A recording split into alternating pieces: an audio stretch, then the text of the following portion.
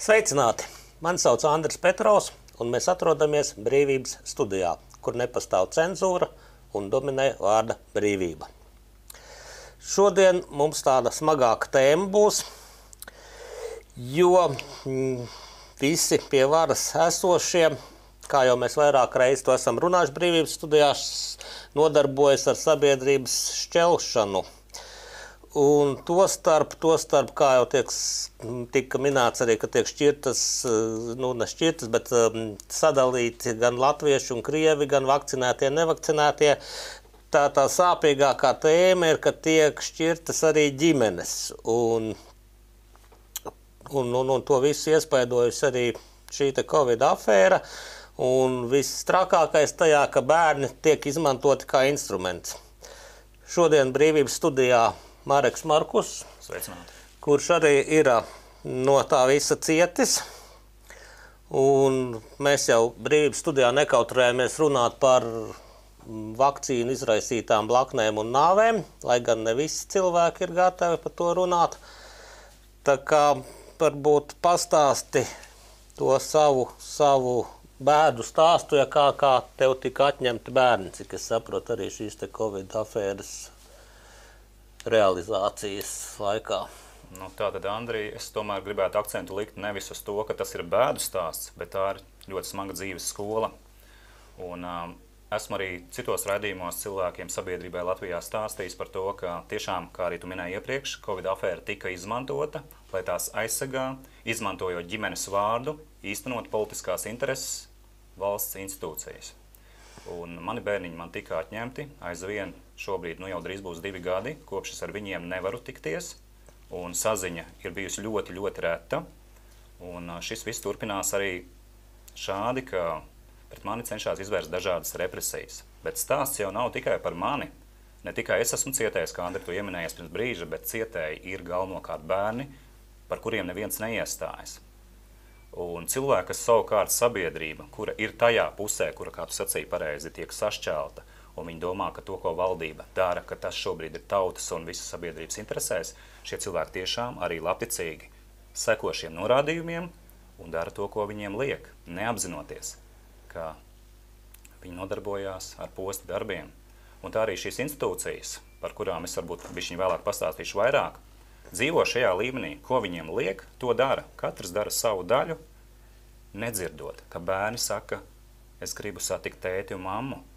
Viņiem tas nerūp. Viņi stiep gumiju tautas valodā izsakoties. Un tā tas ir turpinājies līdz šim brīdim. Lieta pēc būtības arvien nav skatīta. Jā, kā instruments jau tiek izmantots arī visi, gan darba devēji tagad, kas bija spiesti likt saviem darbiniekiem, potēties, kas, manuprāt, arī bija nepareizi. Bet, tā bija tāda kā apsēstība. Jā, apsēstība, jo tomēr cik tā apmēram kaut kāda 4. daļa laikam to nedarīja. Ja, tur tika apiets tas kaut kā savādāk caur to, ka tika darbinieki formēti kā pašnodarbināti, un kā paši atbildēja par savu rīcību, un tika meklēti kaut kādi apvedi ceļi, ja, tā vietā, lai varbūt, nezinu, to kaut kā masveidā panāktu. Un cik veci tavi bērniņi? Šobrīd puikām 8 gadi, un meitiņai drīz būs 6 gadiņi. Un 2 gadus tu viņus neredzi, tā kā principā tas ir, drīz 2 gadi. Jā, tā kā tam bērnam veidojās arī šajā vecumā, kaut kāda psihe, domāšana, jā, un tā kā principā viņš tiek nošķirts no... Bērni tiek mākslīgi atsvešināti, un tas jau arī nav nekāds noslēpums, jo ik viens saprot, ko nozīmē 2 gadi augoša bērna dzīvē, un kad viņam atņem saskarsmi un saziņu ar, manā gadījumā ar mani, jā, un tas pats attiecās arī uz mani, jo es jau arī ilgojos pēc viņiem, vēlos piedalīties viņu dzīvē, viņu izglītībā, rūpēties par viņu veselību un visādi citādi, man tas tiek liegts, un tad ir jautājums, kā tas var būt, ka man cilvēkam esot brīvībā, šobrīd ir atņemtas tās pamattiesības, kādas es pat pieļauju, ka dažam labam cietumniekam viņš savus radus redz biežāk un savus bērnus nekā es. Jā, tātad es esmu tā noziedzies pret kaut ko, nezinu ko, ka man liedz saziņu un saskarsmi ar bērniem. Lai gan tiesas dokumentā pēc tā jaunākā nolēmuma ir pateikts, ka saziņa man ir atļauta. Man nav atļauta vēl ar vienu saskarsmi, bet jautājums uz kāda pamata, skaidrojuma nav. Tāpēc, kā es teicu arī iepriekš, gumija tiek stiepta, lieta netiek skatīta pēc būtības, viņi turpina aizvien to, ko ir iesākuši. Un šādā veidā viņi nodara apzināti kaitējumu maniem bērniem un manām attiecībām ar viņiem. Un tas pamats, tas sākums bija kaut kāds Nu, redziet, jā, ļoti simboliski tas sanāca. Masku režīms, kad tas tika Latvijā atjaunot 20. gada oktobrī, ja es nemaldos. Es biju viens no tiem cilvēkiem, kas atklāti publiski arī paudu un arī savai ģimenei stāstīju, ka šis ceļš, ko cilvēki šobrīd izvēlās, tas novedīs strupceļā.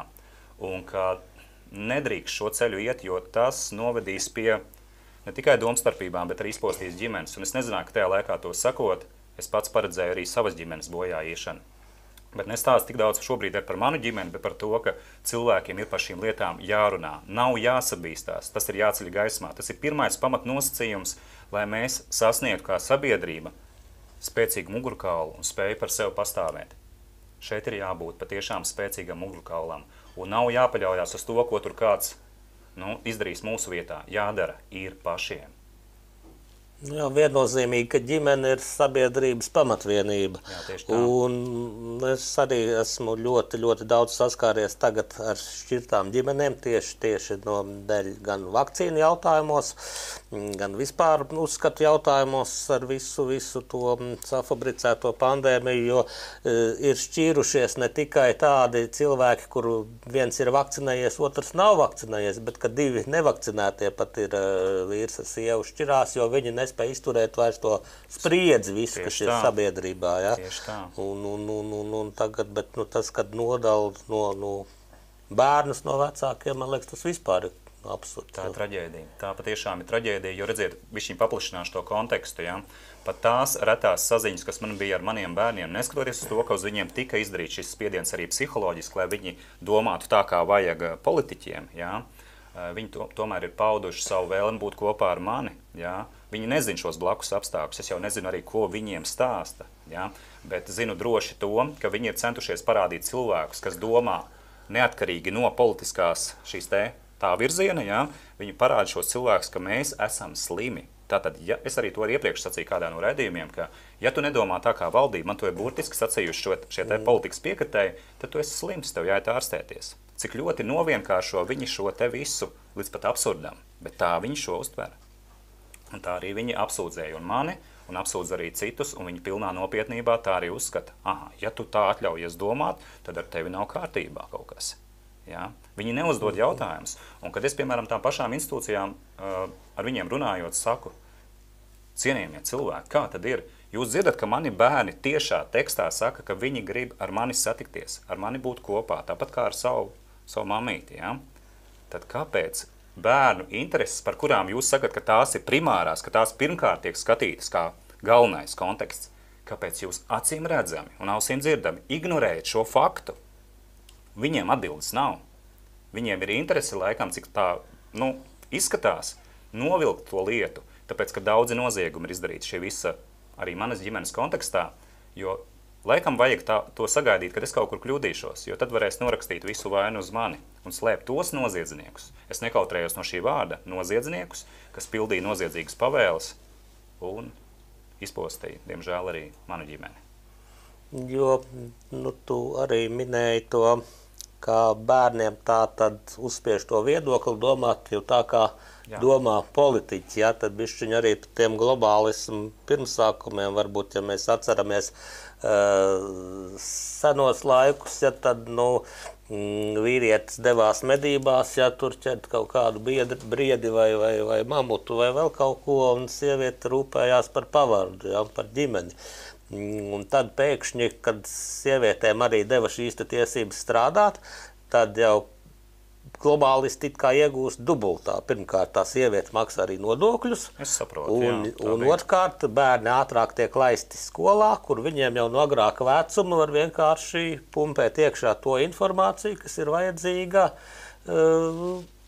valdošai kliķei. Ja? Un tā tad tagad mēs esam nokļuvuši turpat tā, cik es klausos tevi. Jā, diemžēl tā tas ir, jā. Redziet, es varbūt pateikšu bišķiņ citu kontekstu, jā, par to varbūt plaši nerunāšu, bet tas ir saprotams tie, kas saprot, par ko ir stāsts, jā, ka šobrīd sabiedrība, pateicoties tai Covid afērā, ir novesta Stokholmas sindroma situācijā, ja, kad cilvēki, lai izdzīvotu, meklē labumu pie noziedzniekiem. Un mēs visi acīm redzam, kā tas viss ir realizēts, ja, ka šī politika ir bijusi cilvēkus pazemojoša, apspiedoša. Nu, padomājiet paši kaut vai šie daži mazie piemēriņi, ja, kad bija vēl šis pats uzpurņu režīms. Jā, es nepārteicos, tas nav masku režīms, tas nav veselības aizsardzības režīms, bet tas ir dresūras, jeb uzpurņu režīms. Ja. Tad bija arī veikalos tāda prakse, es tajā laikā veikalos neapmeklēju, bet zinu no citu stāstiem, kā arī ar groziņiem dresēja. Nu, kas tas ir? Ja? Visi šie mazie solīši, kādi bija, tie bija tendēti uz to, lai cilvēku kā būtni pazemotu. Tas nav pieļaujami, bet cilvēki parakstījās uz to, lai izdzīvotu. Un tā jau ir psihiatrijas tēma, kur cilvēki attaisno noziegumus un meklē noziedzīgās sistēmās savu labumu. Kolektīvi bija jāstājās pretī, un es uzsveru, tā kā arī sacīju pirms brīža, nav jāgaida uz citiem, ir jādara pašiem. Pašiem ir jāelpo brīvi un jāpastāv. Jo arī tas globālistu mērķis ir visus turēt bailēs. Tieši tā. Ja nevalkāsi masku, saslimsi, nenovakcinēsies, nomirsi, tā kā tās bailes, kad nevar vairs kaut ko tādu izdomāt, tad tiek meklēts jau kaut kāds ārējais ienaidnieks, ja, kas teiksim, apdraud visu nāciju, vai ne? Nu, tagad jau laikam mēs ejam uz to, ka tūlīt citplanētieši bruks virsū zemeslodē. Tā vismaz dažos Telegram kanālos es jau esmu izlasījis, ja, ka jau kaut kādas tur rāda lāzera tehnoloģijas debesīs, ja, un tiek ar to viss biedēts, un cilvēks ir šajās bailēs, un kad bailes darbojās kā tāds, jāsaka, sātana ierocis, ja, ka cilvēks vairs nespēja orientēties situācijā. Nespēja elpot. Tiešām pārnestā nozīmē. Jā, diemžēl tā ir. Jo arī tas viss masku afēra, kā sākumā, kad tas izplatās pilienu veidā, tad gāzu veidā pēkšņi. Nu, ja gāzu veidā tas izplatās, nu, kas atvainojas kādu, tad jēga tai maskai, ja? Nu, ka viņi paši viņi nonāk pretrunās. Jā, es varbūt bišķiņ par praktisko pusi, ja drīkst Andri pastāstīšu. Jā, man, piemēram, arī tajā ģimenes lietā tiesvedībā pret mani, jā, kā vainīgo, kā lielo vainīgo un teroristu bez maz vai. Tur taču arī figurē šī doma, ka es tāds un tāds, pateicoties tam, ka nelietoju šo te masku, apdraudu sabiedrību. Ja? Ka to viņi vienādoja ar vardarbību pret citiem cilvēkiem. Nu, es taču apdraudu, nu, viņu, kā viņi to skaidroja, ja, viņu prāt.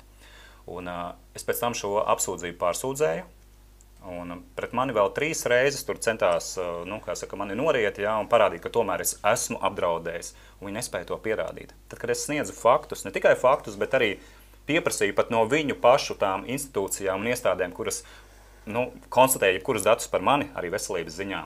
Viņiem nekādu datu nebija. Un tad es uzdevu jautājumu, kā tā? Jūs apsūdzējāt mani darbībās, kuras neesmu darījis, un kur pat nav neviena pat mazākā pierādījuma, ka es esmu slimojis ar šo te moderno slimību.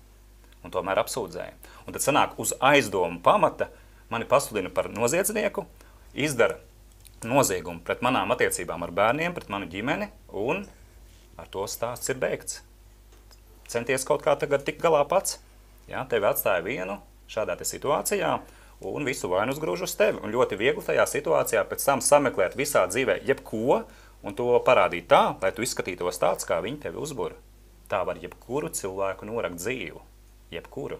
Jo pret mani, es esmu jau laikam arī citur sacējis, 2009. gadā es piedalījos arī saucot atlaist Saeimu pie Saeimas ēkas. Pat šo aspektu, ka es mierīgi sauc atlaist Saeimu, viņi pieminēja kā manu draudu sabiedrībai. Tātad tas nozīmē, ka es nedrīkstu savas demokrātiskās cilvēku tiesības paust. Tas jau ir vispār absurds. Mēs to saprotam, bet viņi meklēja, lai tas viss izskatītos tā, kā viņiem vajag. Nu, tagad jau mums arī par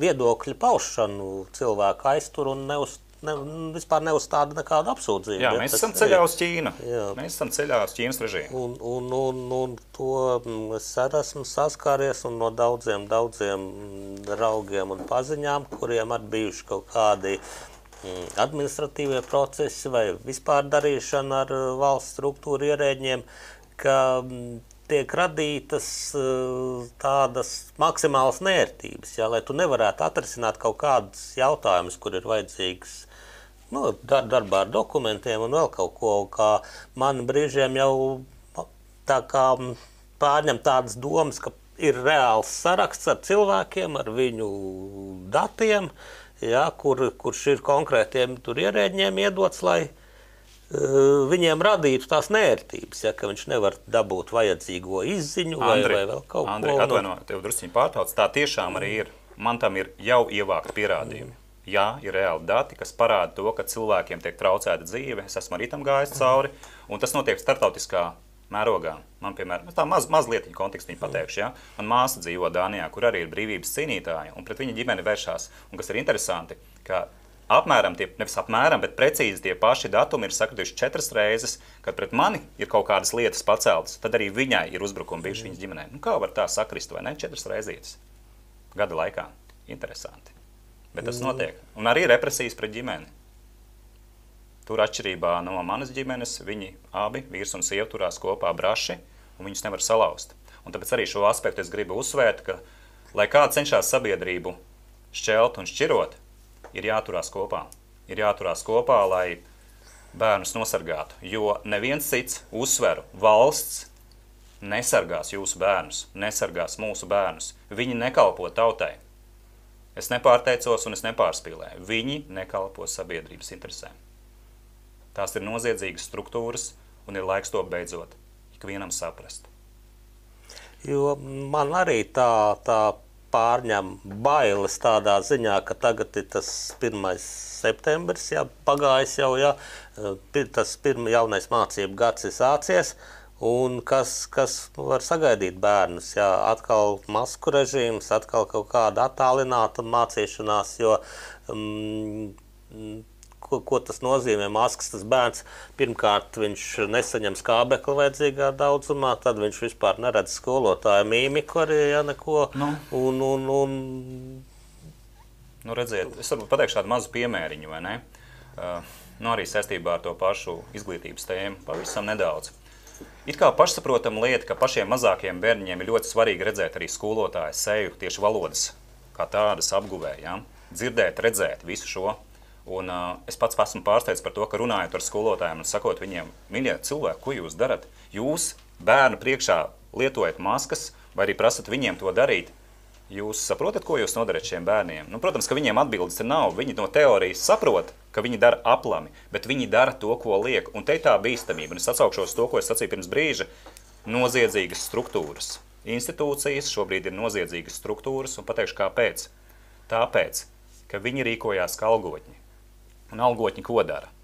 Viņi dara to, ko liek. Tā ir algotņu pamatpazīme. Viņi dara bez sirdsapziņas pārmetumiem to, ko liek. Un ja šādi darbojās, diemžēl arī skolotāji un visa sistēma kopumā, par institūcijām nemaz nerunājot, tad ir jautājums, kur mēs esam kā sabiedrība nonākuši. Jo es jau sen, teiksim, nodalu jēdzienus ārsts un medicīnas darbinieks, ja, jo tas, diemžēl, ir pierādījies, ka ārstniecība un medicīna ir divas pilnīgi atšķirīgas lietas. Ja. Un tā kā man arī tagad ir jau tādas bažas par to, ka jau jāsāk nodalīt ir jēdziens skolotājs un, teiksim, pedagoģijas darbinieks. Ja. Jo tas ir pilnīgi tas viens un tas pats, jo īsts skolotājs, es domāju, nekad neliks bērnam valkāt to masku. Tieši tā. Bet redzi, te jau ir tas moments, ja, ka cilvēki, viena lieta, ko es pateicu arī, ka viņi dara to, ko liek, viņi par to saņem atlīdzību jeb algu. Tātad naudas dēļ ir gatavi pārdot visu sevi un pat bērnus. Un tad ir jautājums, kas notiek ar pieaugušajiem, kas notiek ar cilvēkiem, ja viņi vājāko bērniņu nesargā viņa pašcieņu, arī savu pašcieņu. Un tad, kas notiek arī tieši tajā līmenī, kurā cilvēki tiek šķiroti, ka tie cilvēki retie, kuri tomēr pastāv, uz viņiem skatās ar nicinājumu. Vai tam tā būtu jābūt? Patiesībā būtu jābūt tā, ka tie cilvēki, kuri turās, viena lieta ir tā, ka viņi cenšas iedrošināt sabiedrību, bet tiem, kas ir padavušies, viņiem nevajadzētu nevis viņus spiest uz ceļiem, savā līmenī novilkt, bet turēties pie rokas, tēlēni izsakoties, ja? Palīdzēt citām. Bet redz, te ir tas, kā es sacīju, šis Stokholmas sindroms, ka cilvēki, kuri ir padavušies, viņiem ir tendences noziedzīgā sistēmā meklēt savu labumu. Un uz šī pamata viņi arī tad uzbruka pārējiem. Tā strādā šī sabiedrības šķelšanas taktika, ko pielieto politiķi. Tāpēc sargājam bērnus, sargājam ģimenes. Skolās, kad ejam uz vecāku sapulcēm vai tikties ar pedagogiem, pilnīgi noteikti uzmanīgi lasam visus dokumentus, ko mēs parakstam, jo jau klīst visādi brīnumi. par visādām vakcīnām, kas tiks iesmērētas it kā tablešu formā un vēl. Un arī nebaidamies paust savus viedokļus, savu pieredzi, jo ir jādara šīs lietas zināmas plašai sabiedrībai, kas patiesībā notiek. Un paldies, ka atnāci, un es saprotu, ka tev ir Telegram grupa Elpo brīvi, Jā, ir tāda kur grupa, arī varat droši pievienoties un rakstīt savu pieredzi, savus komentārus, savus viedokļus. Jā, es varbūt pie tā bišķiņ piebildīšu, ka cilvēkiem Latvijā savus spēkus ir jāapvieno. Pat ja šī šūniņa būs maza, pat ja apvienosies tikai 2, 3 vai 4 cilvēki, vai 2, 3 vai 5 vai 7 ģimenes, arī tas ir spēks. Mēs katrs esam tādi un tīri enerģētiski. Mēs saņemam spēku no radītāja vai arī no tā, kas posta radītāja darbus. Izvēle pieder katram. Paldies! Paldies par iespēju!